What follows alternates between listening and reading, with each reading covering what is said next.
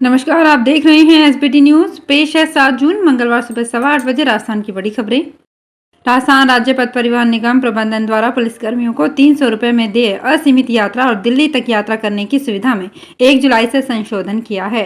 राजस्थान राज्य पथ परिवहन निगम यातायात विभाग ने आदेश जारी करते हुए साफ कर दिया है कि राजस्थान पुलिस के सभी कर्मी 1 जुलाई 2022 से एक बस में अधिकतम 5 पुलिसकर्मी और राज्य की सीमा में ही 300 रुपये में देय यात्रा सुविधा का लाभ ले सकेंगे।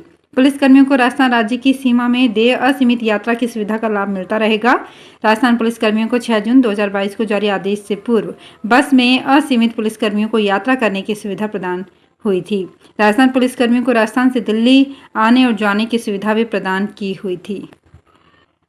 राजस्थान शिक्षा विभाग में पिछले वर्षों में रिवीजन सूची से अस्थायी रूप से व्याख्याता बनाए गए वरिष्ठ अध्यापकों पर पदोन्नति की तलवार लटक गई है। विभाग ने राजस्थान शिक्षा सेवा नियम 2021 तो लागू कर दिए और उसी के अनुसार विभाग ने तैयारियां भी शुरू कर दी है, लेकिन पिछले वर्षों रिव्यू और रिवीजन सूची से व्याख्याता बनाए गए 272 वरिष्ठ अध्यापकों के बारे में नियमों में कोई स्पष्ट निर्देश नहीं होने से ये आरआर सूची के व्याख्याता पद पर रह पाएंगे या नहीं, इसको लेकर खुद विभाग असमंजस में है। विभाग ने सरकार से इस बारे में मार्गदर्शन भी मांगा है, लेकिन अभी तक सरकार से इस बारे में कोई आदेश जारी नहीं किए गए हैं।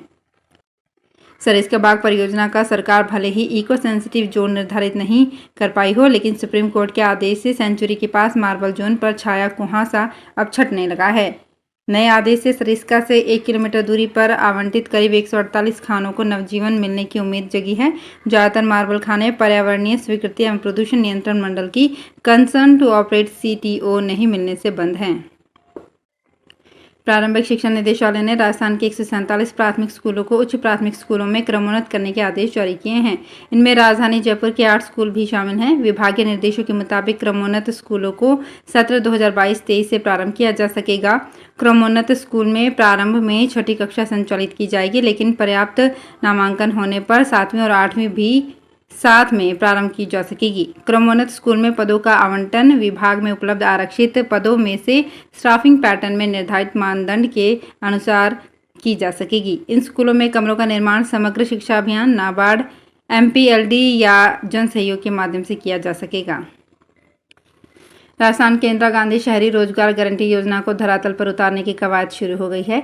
योजना के पोर्टल के उद्घाटन के साथ ही सभी निकाय योजना को शुरू करने की तैयारी में जुट गए हैं। सरकार ने योजना को सफल बनाने के लिए राज्य स्तरीय, संभागवार, जिला स्तरीय, नगरीय निकाय स्तर पर समितियां गठित कर मॉनिटरिंग के लिए प्रकोष्ठ स्थापित किए हैं।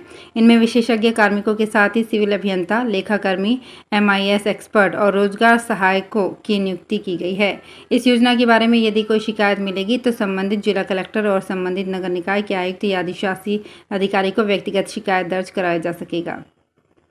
राजधानी जयपुर में अवैध कॉलोनी बसाने का कारोबार जोरों पर चल रहा है। जयपुर विकास प्राधिकरण की ओर से इन कॉलोनियों में ध्वस्तीकरण की कार्यवाही भी की जा रही है, लेकिन अवैध कॉलोनी बसाने वालों के हौसले बुलंद हैं। शहर में चारों ओर अवैध कॉलोनी बसाई जा रही है।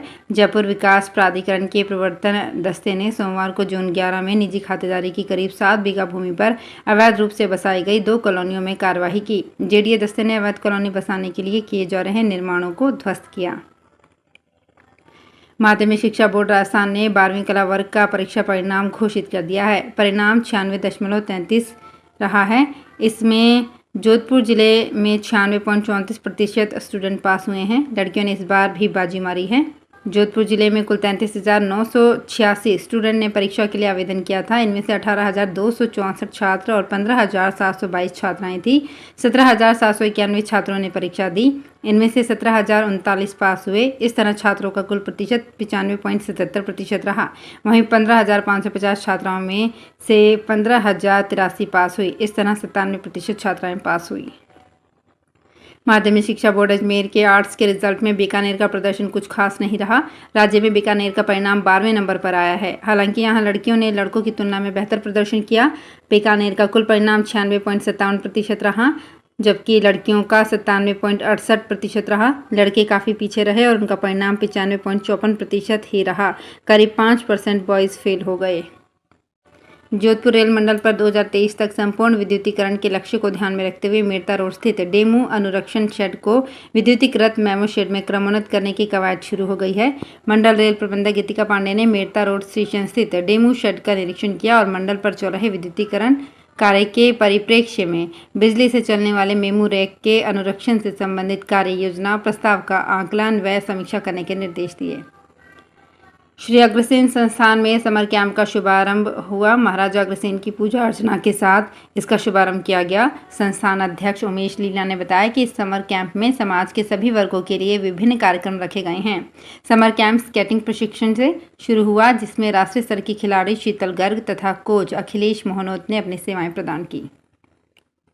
जोधपुर में जनसंख्या समाधान फाउंडेशन की ओर से सोमवार को जनसंख्या नियंत्रण कानून लागू करने की मांग को लेकर हिंदू हुंकार रैली निकाली गई। इस दौरान जालौरी गेट चौराहा पर एहतियात के तौर पर भारी पुलिस जाब्ता तैनात रहा। रैली में शामिल लोगों ने यहां पर स्वतंत्रता सेनानी बाल मुकुंद बिस्सा की प्रतिमा पर माल्यार्पण भी किया। गत दिनों परशुराम जयंती व ईद के दिन यहां बवाल हो गया था। इसको देखते हुए यहां पुलिस व आरएसी का जाब्ता लगाया गया। राजस्थान उच्च न्यायालय के नवनियुक्त न्यायाधीश कुलदीप माथुर का कचहरी परिसर स्थित विश्वकर्मा चैम्बर के अधिवक्ताओं ने उनके निवास पर पहुंचकर उनका भावभीना स्वागत एवं अभिनंदन किया। चैम्बर के संयोजक एवं वरिष्ठ अधिवक्ता भारत भूषण शर्मा ने बताया कि कुलदीप माथुर लंबे समय से विश्वकर्मा चैम्बर से जुड़े हुए हैं। चैम्बर के सभी अधिवक्ताओं से अत्यधिक प्रेम एवं स्नेह के चलते सभी अधिवक्ताओं ने उनके न्यायाधीश बनने पर खुशी जाहिर की। रेलवे मजिस्ट्रेट श्याम सुंदर बिश्नोई ने जोधपुर बाड़मेर रेलखंड पर औचक निरीक्षण कर यात्री सुविधाओं और व्यवस्थाओं का जायजा लिया। अतिरिक्त मुख्य न्यायिक मजिस्ट्रेट रेलवे बिश्नोई ने अपने निरीक्षण कार्यक्रम के तहत बाड़मेर कोर्ट कैंप व रेलवे स्टेशन का निरीक्षण किया और कार्यरत रेल कर्मियों व यात्रियों की सुरक्षा से संबंधित व्यवस्थाओं की जानकारी ली। शिक्षा विभाग 5वीं व 8वीं क्लास का रिजल्ट आजकल में घोषित कर देगा। पंजीयक शिक्षा विभागीय परीक्षा कार्यालय ने रिजल्ट तैयार करके फाइल शिक्षा निदेशक गौरव अग्रवाल के पास भेज दी है, जहां से हरी झंडी मिलने के बाद रिजल्ट सार्वजनिक हो जाएगा। पूरे राज्य का रिजल्ट एक साथ जारी होगा। पंजीयक कार्यालय ने शुक्रवार को ही रिजल्ट तैयार कर लिया था। इस बीच अवकाश आने के कारण रिजल्ट घोषित करने पर निर्णय नहीं हो सका। दरअसल अभी ये तय नहीं हो पाया कि शिक्षा मंत्री डॉक्टर बी डी कल्ला रिजल्ट जारी करेंगे या फिर विभागीय स्तर पर ही ये प्रोसेस बिना किसी औपचारिकता के पूरा हो जाएगा। जोधपुर नगर निगम उत्तर के वार्ड संख्या 57 स्थित बाबू जगजीवन राम कॉलोनी से कृषि मंडी तक नई लिंक रोड का शिलान्यास कार्यक्रम राजस्थान राज्य पशुधन विकास बोर्ड के चेयरमैन राजेंद्र सिंह सोलंकी के आतिथ्य में संपन्न हुआ। पार्षद शहबाज खान ने बताया कि इस लिंक रोड की मांग लंबे अरसे से चली आ रही थी। शिलान्यास समारोह को संबोधित करते हुए राज्य मंत्री सोलंकी ने कहा कि इस लिंक रोड के लिए जिला कलेक्टर एवं मुख्यमंत्री अशोक गहलोत को बार बार आग्रह किया गया। साथ ही पत्राचार में मुख्यमंत्री से मुलाकात कर इस कार्य को करवाने के प्रयास किए गए। तत्पश्चात मुख्यमंत्री ने इस कार्य की स्वीकृति जारी कर जोधपुर विकास प्राधिकरण को कार्यकारी एजेंसी बनाकर कार्यादेश जारी करवाए। तो फिलहाल इस बुलेटिन में इतना ही। फिर हाजिर होंगे कुछ और बड़ी खबरों के साथ। एसबीटी न्यूज के और भी वीडियोस को देखने के लिए हमारे चैनल को सब्सक्राइब करें और नोटिफिकेशन पाने के लिए बेल आइकन को प्रेस करें।